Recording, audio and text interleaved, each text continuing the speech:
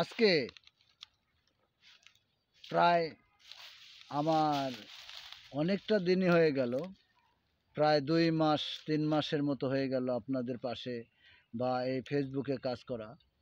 কিন্তু তার আগে আমার প্রায় 1 বছরের অতিক্রম করে ফেলেছি বা 1.5 বছরের মতন হয়েছে যে আমি প্রথমত আপনাদের মাঝে আসার একটাই উদ্দেশ্য ছিল যে আমি আসলে মানুষ কিভাবে এগুলান করে আর কিভাবে ভালোবাসা বাড়ায় আমি এই জিনিসগুলো দেখব, এই মনে করে এসেছিলাম আপনাদের কাছে।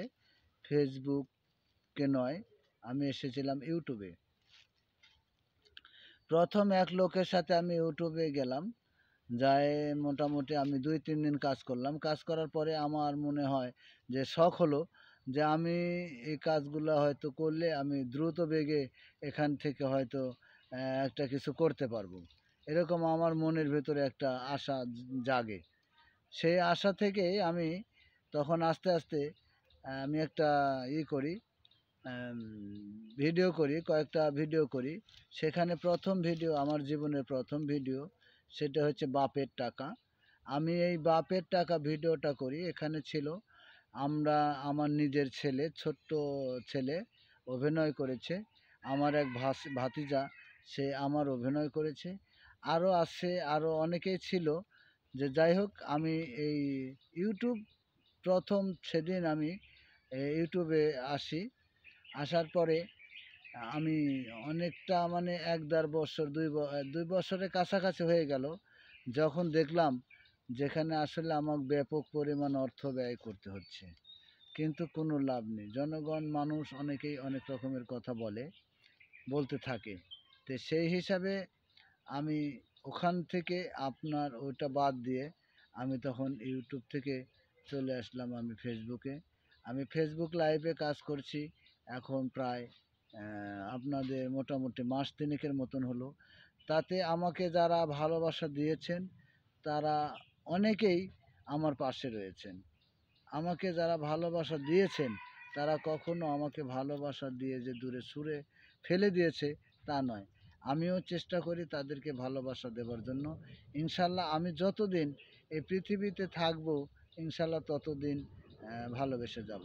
তবে আমার ওই ইউটিউব চ্যানেলের নাম রেখেছিলাম, যে আমি বললাম যে বাপের টাকা, যে বাপের টাকার সাথে সাথে আরও কিছু রয়েছে, বাপের টাকা, মায়ের অনুদান বা ভালোবাসা, ফকিরের গরিবের ছেলে, এরকম আমি কয়েকটা ভিডিও করেছি বা কিছু গানও রয়েছে। সেখানে আমার এই ইউটিউবের নামটা রয়েছে ES মিডিয়া 2। ইংলিশে আপনারা লিখলে পাবেন এবং বাংলাতেও লিখলে পাবেন। তাই আপনাদের কাছে আমি একটাই অনুরোধ করব ভাই, যে যদি আপনাদের ভালো লাগে, আমি আসলে একজন গরিব মায়ের সন্তান। বাংলার বাংলাতে আসলে বলি আমরা বাঙালি, গরিব মায়ের সন্তান। আমি ঠিকমতো লেখাপড়া করতে পারিনি। ওই টাইমে আমাদের জীবনে, আমাদের সময়, তখন লেখাপড়ার যখন সময়, তখন আমাদের খুব অভাব ছিল, অভাব অনটন। তাই খাওয়া দাওয়ার দিক থেকে, কাপড় চোপড়ের দিক থেকে আমরা খুবই অভাব অনটনে ছিলাম। ওই টাইমে আমরা অনেকেই লেখাপড়া করতে পারিনি। কিন্তু লেখাপড়া করতে না পারলেও বাংলা আমরা যতদূর জানি, ইংলিশটা আমরা অতদূর পড়তে পারি না। তবে আমি বাংলাতেই লিখেছিলাম ES মিডিয়া 2। তারপরে ওনারা আরেকটা নাম দিয়েছে, বাংলাতে নয় ইংলিশেও নাম দিয়েছে ES মিডিয়া 2। তো এই যে আমার এই যে চ্যানেলটা, আমি আপনাদের কাছ থেকে অনুরোধ করব যে আমি যেহেতু গরিব মানুষ, আপনারা সবাই মিলে আমাকে যদি একটু ভালোবাসা দেন তাহলে হয়তো আমি এই চ্যানেলটা নিয়ে আপনাদের মাঝে খাড়া হলে, আমি যদি আপনাদের মাঝে আসতে পারি, তাহলে আমি আশা করব বা আপনাদের কাছে আমি ভালো ভালো ভিডিও, ভালো ভালো জিনিস তুলে ধরার জন্য আমি আপনাদের কাছে অবশ্যই এই জিনিসগুলো পৌঁছে দেব। এটাই আমার মনের আশা বা প্রত্যাশা। আজকের মতো এই পর্যন্তই।